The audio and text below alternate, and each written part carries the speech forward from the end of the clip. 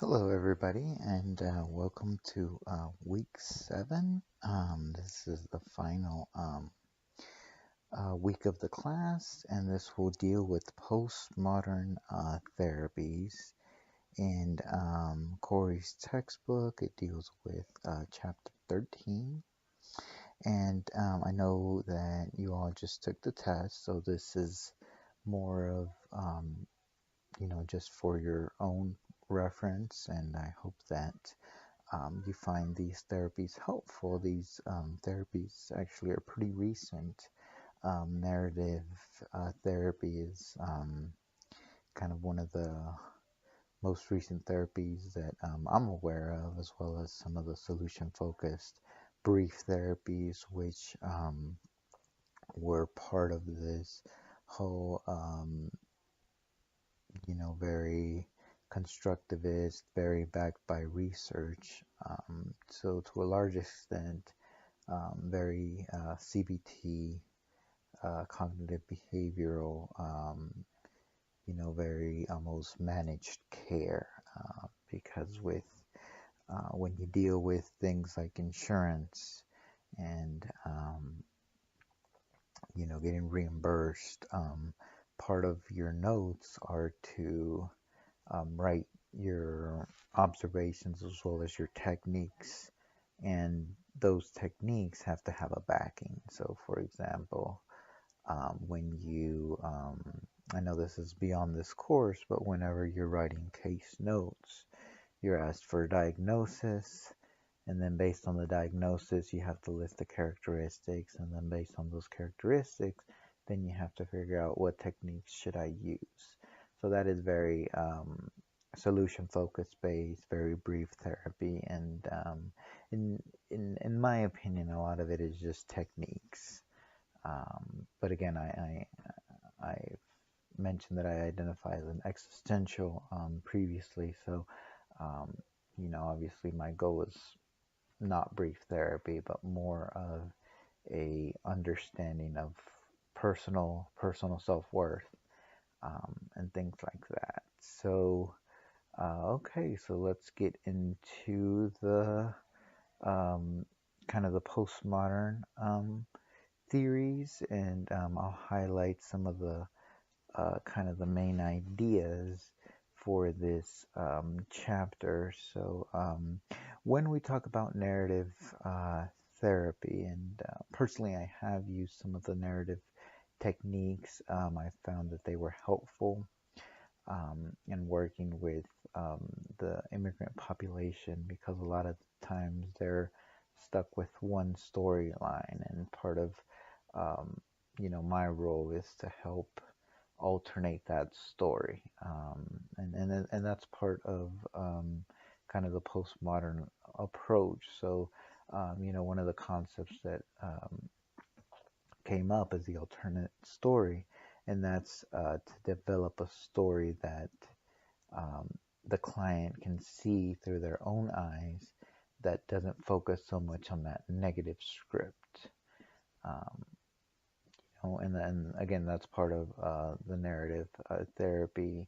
Also, a thing called co-authoring, which is a process where the therapist and the client kind of develop that alternative story. So I can give you an example. I had a client who came to me, a lot of trauma, um, escaping violence from her native country, and part of her storyline was a lot of that victim role.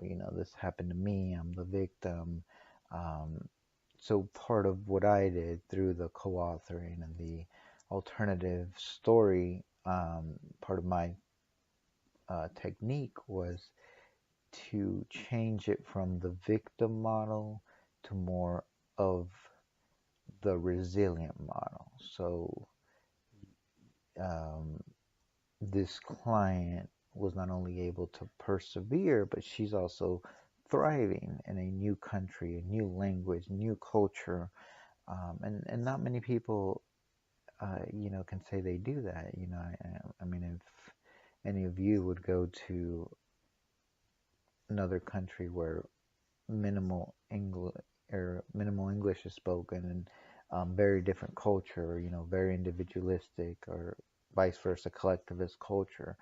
um, Part of that is to modify and have the client see that not only are they a survivor, but they're actually succeeding, and they're succeeding as best as they can. Um, so for this client, she had two teenage boys, both honor students, doing very well in school, and she couldn't get past her trauma. To her, that trauma was kind of inhibiting her. So part of my technique was bringing in a journaling, bringing in personal narrative, and helping that client really deconstruct her um, story into making it a more, I think, a more realistic picture of what the client had gone through. That's really important, especially like I mentioned with um, clients that I would say a lot of trauma history, a lot of depression. They kind of see things in a very gray viewpoint, and part of a technique, postmodern technique, is to help navigate that. The book also mentioned deconstruction, and I kind of talked about that with the client that I mentioned. That's basically breaking things down. So for this client, trauma since she was a young girl, escaping that lifestyle, that abuse, cycle of abuse, coming to Texas, learning a whole new language. Not only that, but navigating a whole new culture. That was part of that, taking it apart and having the client see the different pieces that she was so resilient, that maybe she didn't see previous to uh, the therapy. And so that was part of my case notes, and part of my goals was to have the client see that. Another thing that I want to mention when we talk about post modern theory is what they call, with narrative therapy or narrative theory, is the dominant culture, or the dominant story. I'm sorry. And what this means is all societies have a dominant kind of culture. And I guess in this country, I would say it's kind of the dominant, white culture that I would say dominates the viewpoint of this country. And that's part of the story, right? So either you belong in that dominant um, culture, dominant context, or you don't. And for a lot of people, they feel like they're marginalized, or they feel like they don't belong. That's why, I see a lot of Mexican third, fourth, even fifth generations that still identify themselves as very Mexican, and not even necessarily Mexican American, because they don't feel like they belong in that dominant culture. They feel like their story is more of their ancestor story. So it's interesting, and that's a whole nother topic that I can deviate on, but I certainly won't. But just remember, the dominant story, that's important in narrative therapy, because part of the goal of the therapist is to modify that dominant story, to look at it from another lens, so that the beliefs, the behavior can change. So it's very CBT based, and it's actually very empirical. There's a lot of studies backing it up. Um, with solution focused and the brief therapies, there's one technique that's very common, and those are the exception questions. So if I'm a brief solution focused therapist, and a person is coming to me and saying, oh, I'm always feeling sad, or I'm always feeling, anxious. one of the things that I'm going to look for is exceptions. So I say, okay, well, um, you know, you told me you always felt sad, but then you told me that when you went to the park, um, you felt okay, or when you went to visit a friend, you felt okay. So you're always looking for those exceptions, and not only are you looking for them, but you want to expand them. So if a client really likes to go to the park or likes to has a hobby, likes to dance, whatever, part of the therapist's goal is to expand on that. Oh, okay, so you like to go to the park. What other activities could you be doing at the park? Maybe could you find a group that plays tennis if you like tennis? Maybe could you find a group of walkers or joggers if you like jogging, and that kind of opens their eyes to more possibilities. So that's a really common technique that I myself use. Um, so be sure to know that. Also, with some of these postmodern approaches, they have what they call an externalizing conversation. Um, so you talk about the problem and not the person. And this is really important, I would say, in the schools. So we tend to say, oh, the child is a behavior problem. Well, you personalize the child with the behavior. So part of their understanding is there's the child and the person, their self-worth, and then there's the behavior, which is another entity. So that's part of that externalizing um, conversation, and I think that's really important.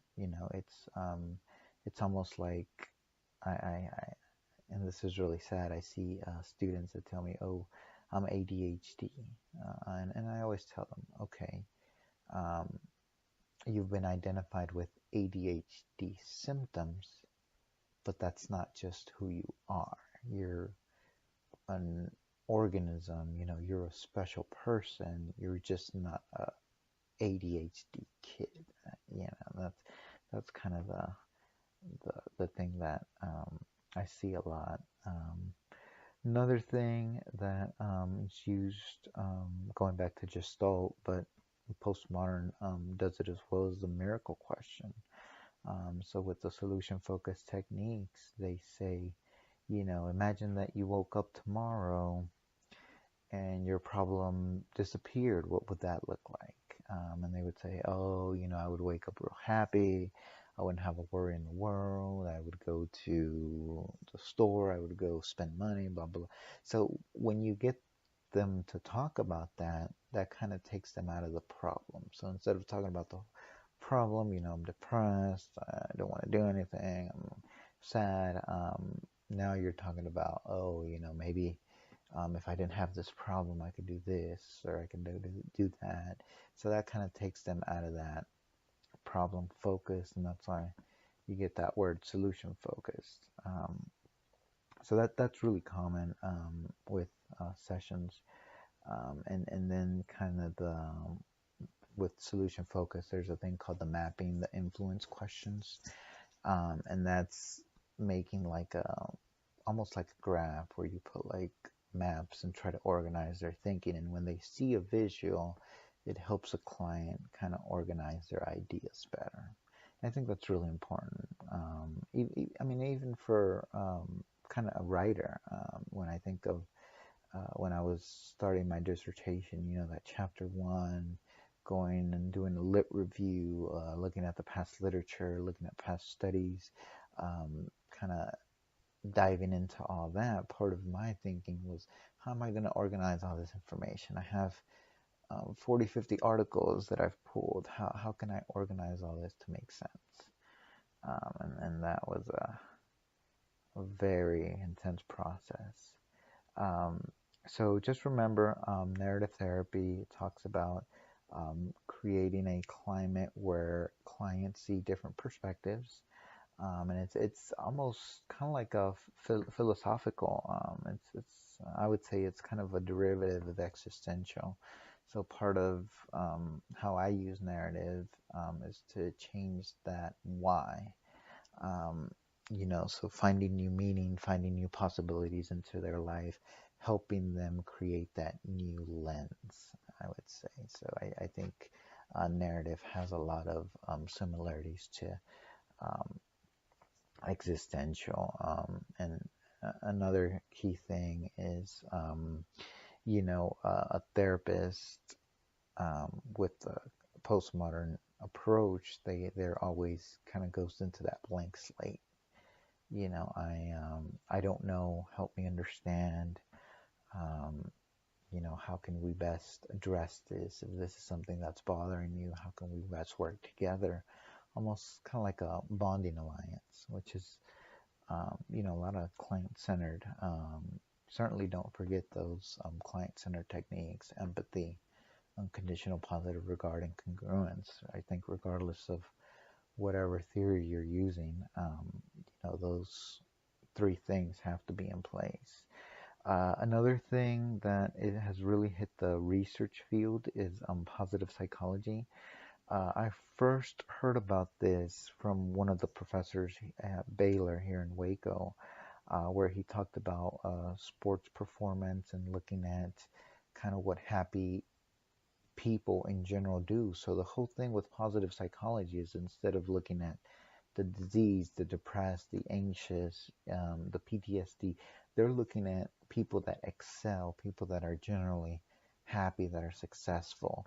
And I think this is really important because we get so focused on the problems that we always don't look at what is going right. So, um, when I think about, let's say, teachers, in my school, there's about 30 teachers. I can think of a few that are real struggling, really trying to get that behavior management, trying to get those kids um, to comply with their work and all that. And then I see teachers that I go into their classroom, their kids are doing what they're supposed to, very respectful, very intact, very in sync with the teacher. And part of a positive psychologist is to look at what those teachers are doing right. So, what is this teacher that has all these characteristics doing that is much different than this other teacher? And I think that's really important, just in the field of uh, psychology education, depending on kind of where your work setting is or where you're aspiring to obtain your work setting. So really postmodernism is kind of uh, I guess it was like a philosophical movement that really tried to um, get different disciplines and it's kind of intersubjectivity. So like if you listen to things like Freakonomics, the podcast, there's behavioral economics now. So they're combining psychology with the economy. There's a professor in Princeton who actually won the Nobel Prize a couple years ago, and he wasn't even an economics professor. He was a psychology professor, and one of the things that his research said was that people don't act rationally. And part of Keynesian economics and all those economic theories was that the assumption that people behave rationally. So really, he kind of disproved all that. So that's part. When I think of postmodernism, I think of people like that psychology professor that's able to not only talk about his field, but go beyond that and talk about other fields as well. So really exciting stuff. A lot of it is 1980s and beyond, and it's rapidly changing. If that's why it's so important to stay up to date on some of this new information because a lot of these theories are new techniques. DSM-5 just came out last year, so a lot of these new kind of diseases, or not diseases, but I guess labels are coming out, and part of that is trying to figure out what's the best treatment for them. So really the postmodern is kind of a thing that's observational process, very concrete, very CBT, and you're trying to use a lot of these different techniques to try to make a client change behaviorally.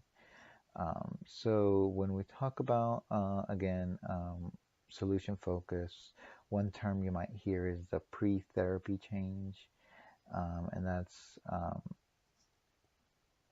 kind of what has the client done before therapy.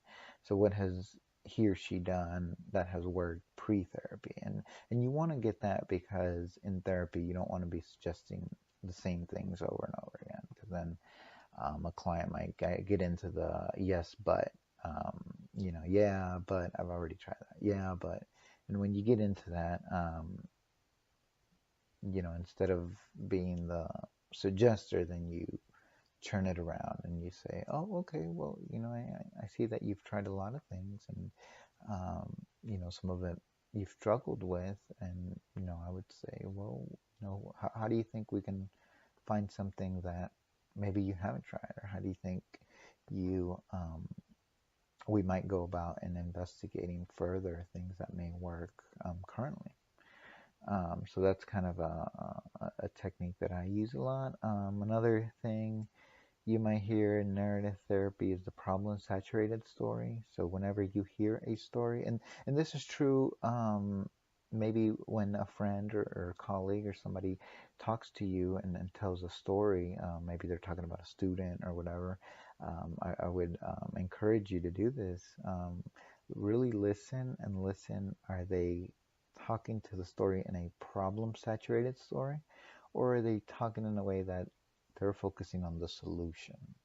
So I think the biggest difference is we get so caught up in the problem that we lose track of the solution. And a lot of times, when people just want to focus on the problem, they're not even looking for a solution. So I think that's really important. And part of narrative therapy is to assist the client in finding solutions for them.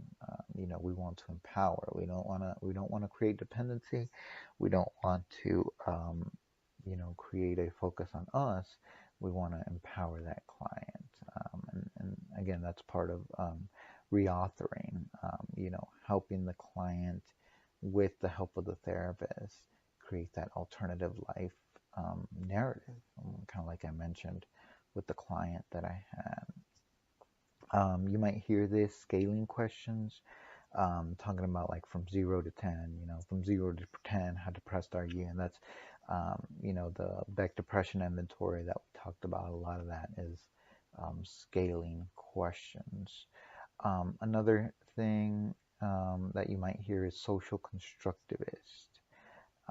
So that is the the client's reality.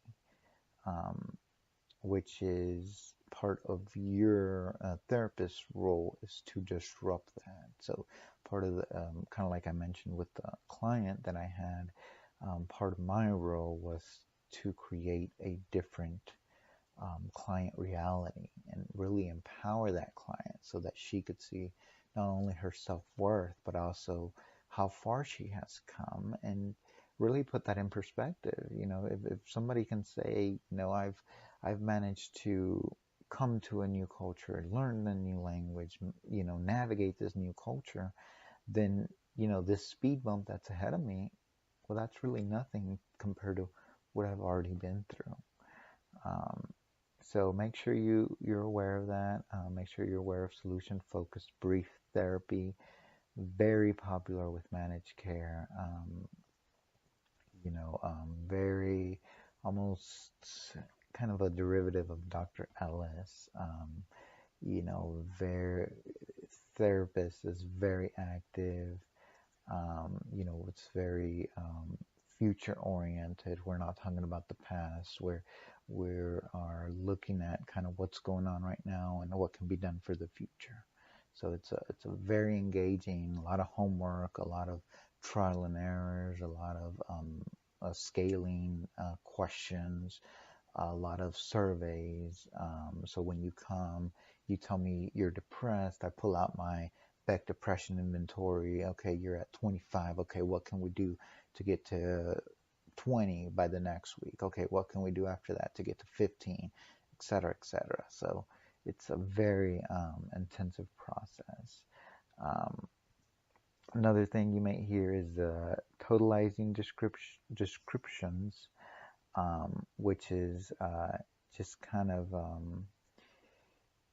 the different things that kind of a person is constructing. So when they're describing to you some of their trauma, the abuse of the ex-husband or kind of the abuse that they saw when they came to this country, for example, the client that I mentioned, you're taking all that into account and you're trying to figure out, okay, this is part of her narrative. This is part of the client's really identity, and you're trying to modify that.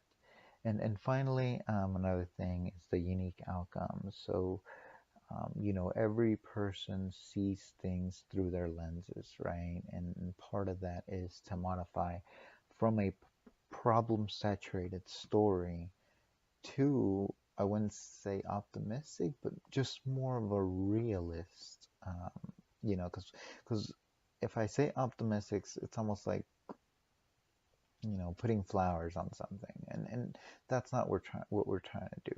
What we're trying to do is just have the client see more of a realistic picture about themselves. So for this client that I mentioned, yes, we process the trauma. Yes, we process some of the cognitive reconstructing. Yes, we process some of the lies. But another thing that we processed is from the problems to more of a realist. And again, I'm not painting flowers. I'm not saying that her abuse wasn't, something on, good by any means. It wasn't. But I'm trying to make sense of the whys. I'm trying to create that meaning for the client. And part of that was really for her to respect herself and really value herself and value how much she has gone through and how that has really made her such a tough person. So, I remember my last session with her, and really I just, I concluded by saying how much I respected her, how much I admired her for going through all that journey, which I'm sure, 99% of the population wouldn't understand. So, that's a little bit about kind of the narrative, um, brief focus, solution focused, and some of that positive psychology, postmodernist. Again, these are very new concepts. They're changing. A lot of books have been written, and I think they're great. I think if I'm gonna conclude with one thing about theories is that theories change. We started off with Freud. Freud was from the mid 1800s, and now we're talking about theories that are this century. So, the field is changing.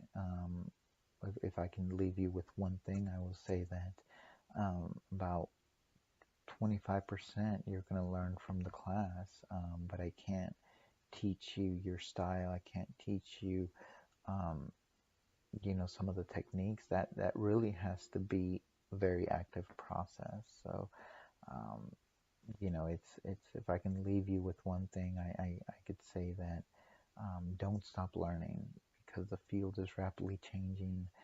You're gonna have clients that you're just gonna be like, what do I do? And part of, I think, a counselor mission is to realize, okay, I don't know, but let me research, let me find out, let me see kind of what's out there. Let me look at what other therapists have done when they work with these, clients that have been diagnosed with certain diagnosis, and even the diagnoses are changing. Like I mentioned, the DSM-5, there's diagnosis. For example, they used to call children bipolar. Now it's changed to something else. So again, if I can leave you with one thing at the conclusion of this course, I would say that that 75% really it's dependent on the individual, and that's really going to distinguish um, a mediocre or good counselor from a great counselor.